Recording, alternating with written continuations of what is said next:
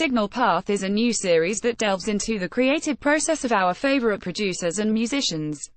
In this interview, Scott Wilson talks to Italian musician Caterina Barbieri about her journey from studying classical guitar to composing minimalist music on modular synthesizers. If there's one contemporary album that proves the musical potential of the modular synthesizer, it's Italian-born composer Caterina Barbieri's Patterns of Consciousness. It's easy to write the format off as an expensive and self-indulgent way to make music, but Patterns of Consciousness, one of Fact's favorite albums of 2017, is an exercise in composition and restraint, a minimalist synth masterpiece that sounds as if every detail has been considered for the effect it will have on the listener.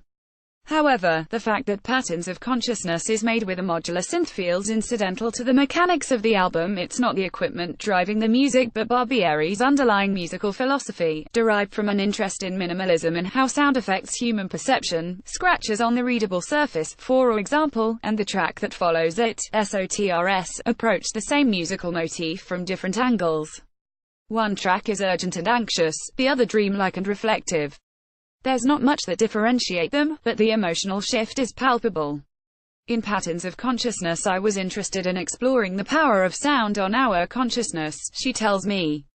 I wanted to explore how a pattern creates a certain state of consciousness and how the gradual transformation of that pattern can affect that state of consciousness.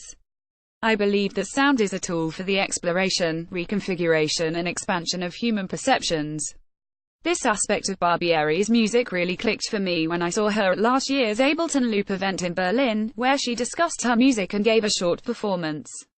Although it lasted only 30 minutes, the way in which she molded the OLP's familiar patterns played with my perception of time in a way that made it feel like it'd been in a meditative trance for even longer. Despite being one of electronic music's most interesting new voices, Barbieri's journey hasn't been an obvious one.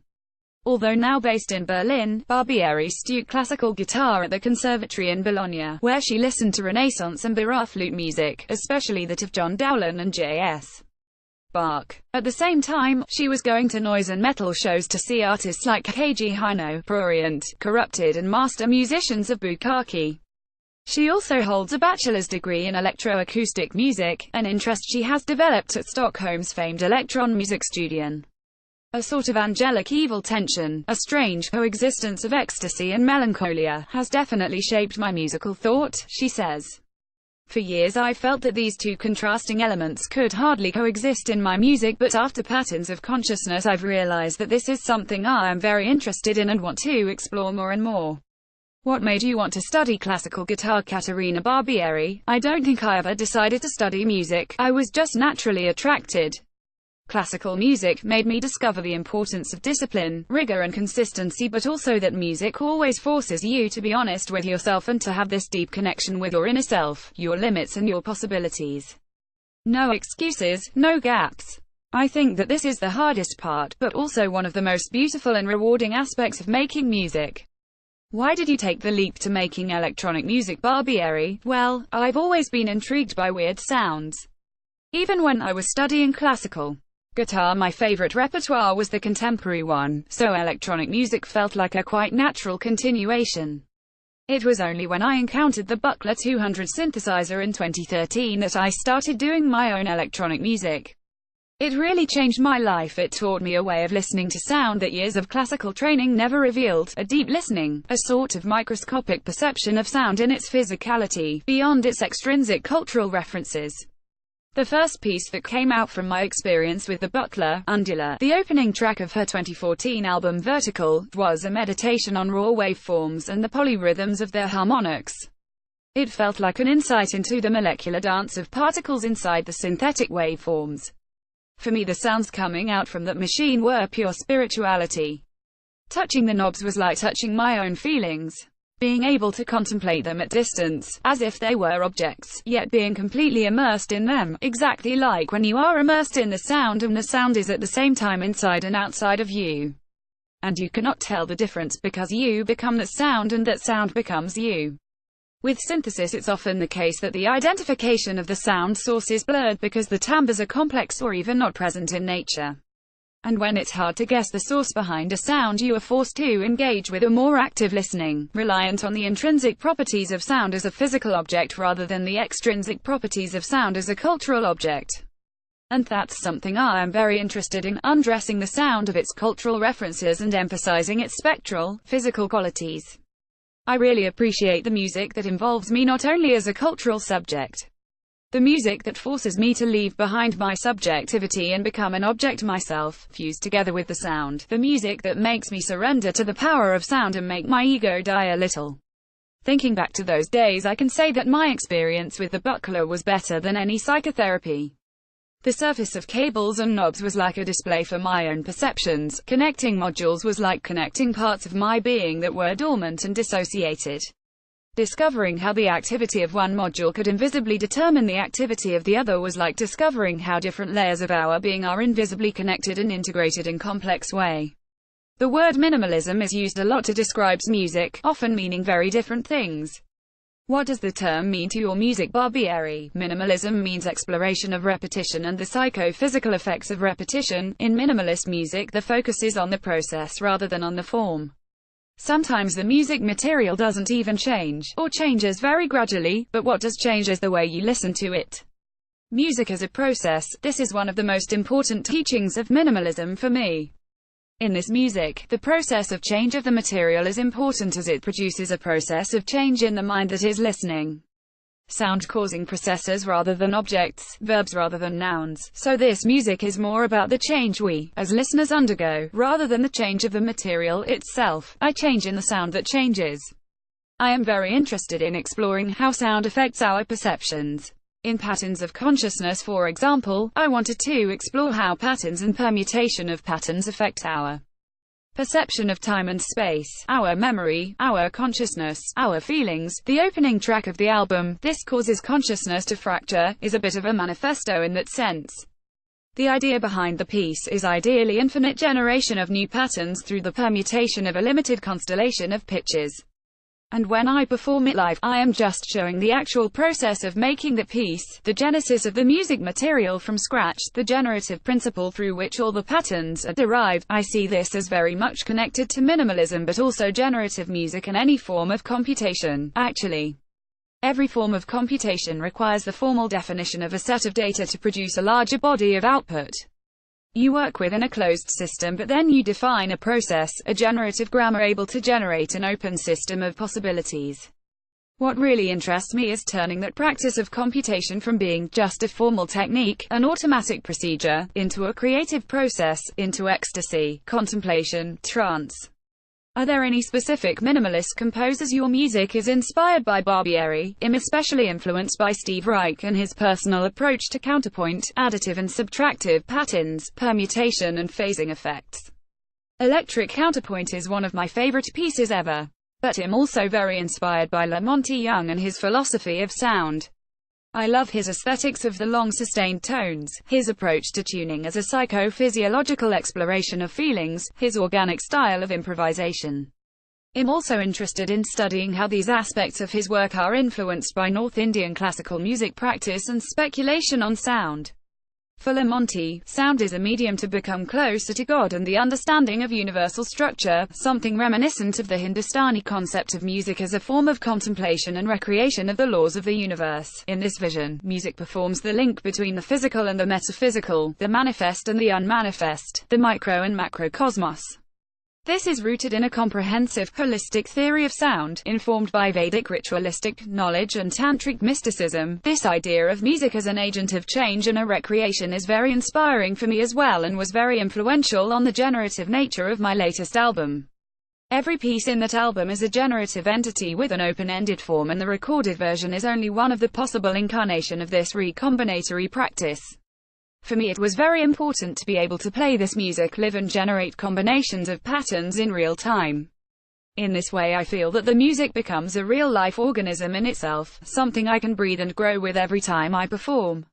What was it that attracted you to the modular synthesizer, Barbieri? Initially, it was the physicality of these instruments.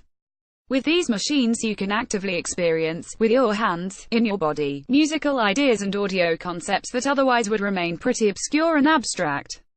You can study FM modulation in a book, but experiencing it in first person, it's way different. Or exploring the intimate relationship between rhythm and pitch when you turn a modulating oscillator from the inaudible to the audible range. So beautiful. I think that experiencing musical ideas through a physical activity adds a lot to the creative process. Sometimes I feel that my musical ideas can survive and come to real life only if they're processed through my body, my gestures, my memory. And these kind of machines invite us to explore sound not only visually but also physically, gesturally. This also means a less visually oriented music design, no timeline view, no horizontal linear teleological narrative representational view of music, which can be quite liberating. For example, the design of the buckler is pretty esoteric, but I never felt the need to read a manual. I just found a way to make it create sound. And there's no right or wrong way to do it, there's no obliged creative path, so to say. But today it seems that the focus of music industry is very much on the simplification of music interfaces, to make the creative process faster and accessible, at least in the digital world. But I think that this approach to technology is problematic and misleading, because the creative process needs limits to overcome and esoteric interfaces to explore. In my experience, music always comes out of a process of negotiation between the design of the technology and the human imagination, rather than a simple imposition of an idea upon passive matter. Another aspect of analog synthesizers I like is the of sound. Synths are fields of continuous electricity where sound flows constantly. You don't press a button to play or stop a musical process. Playing with these machines means actively interacting with this of sound, tuning yourself to an ongoing sound field and making it selective. Eventually the music is already there even before you start. Composing music becomes an act of subtraction rather than a demiurgic act of creation from silence. How exactly are you modifying your compositions when you perform live? Is the process quite mathematical or generative, or is it more instinctual? Barbieri: when I perform, I mostly play live sequences generated in my modular synthesizer. I have sort of a huge library of patterns stored in my sequencer, and on the moment of the performance I decide how to introduce, evolve and expand this material. It's a sort of a generative grammar with a mix of predictability and unpredictability. Steps are like letters of an alphabet that produce words and sentences patterns. The pitches are usually fixed, but I decide on the fly where to create loop points, the number of repetitions, transitions and so on. Sometimes I apply random processes to control certain parameters of the music composition, as for example timbre, rhythm variations or gate position. Or to trigger differently the individual 8 harmonics of my harmonic oscillator to create illusions of polyphony.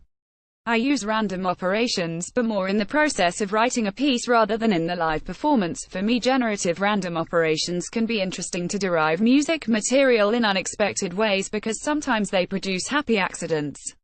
But then I always select what of this material makes sense in the composition, and gradually develop a form that in the end is very controlled and structured.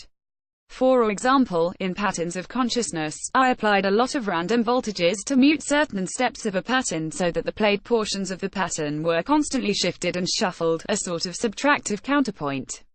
This turned out to be an organic way to evolve the melodic material. But I am not personally interested in pure generative music or pure improvised music. I am actually very bad at improvising with my setup, and when people ask me to jam I always have to say no. What really interests me is finding an organic balance in my working flow between predictability and unpredictability, structure and fluidity, logos and chaos. What kind of modules do you use? Barbieri: for a long time my setup was very limited and essential. I wanted it to be so because I was intrigued by the idea of working within a closed system and still finding a way to develop a potential of growth.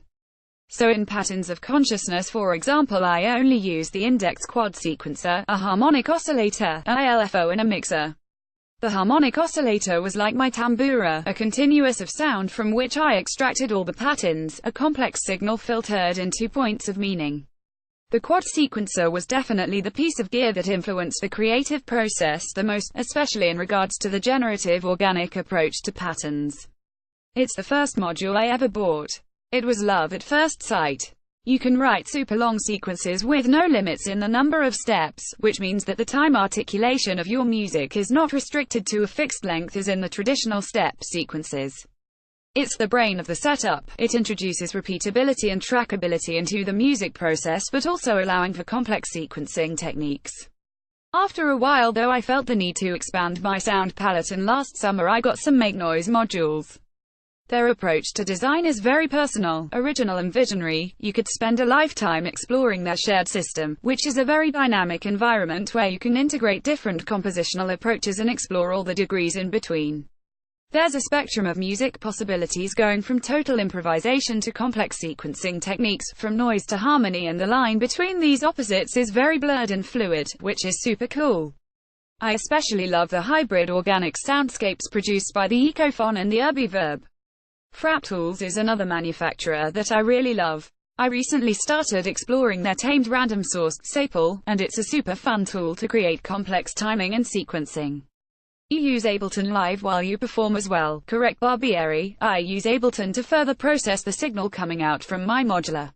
When I started playing around, I didn't have the money to buy modules for audio processing, so I was using Ableton for delay, reverb, filter and EQ.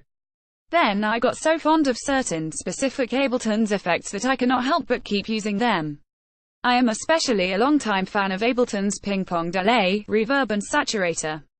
How will your next album compare to Patterns of Consciousness, Barbieri, in expanding the sound palette into both the acoustic and digital domain? For example, in collaborating with a group of singers and trying to compose music for them as if I was composing music for synthesizers. Sometimes it's a total fail, but sometimes it produces interesting results. But in general at the moment I am interested in applying the compositional design developed on synthesizers to other instruments and configurations, bringing together different listening influences, from medieval to Renaissance music, to electronics and metal, without caring at all about crossing genres. And it feels quite liberating. Scott Wilson is Facts Tech editor. Find him on Twitter. Photography by Frank Serban. Read next. Simeon Mobile Disco on one-of-a-kind synths and working with a choir on new album Murmurations.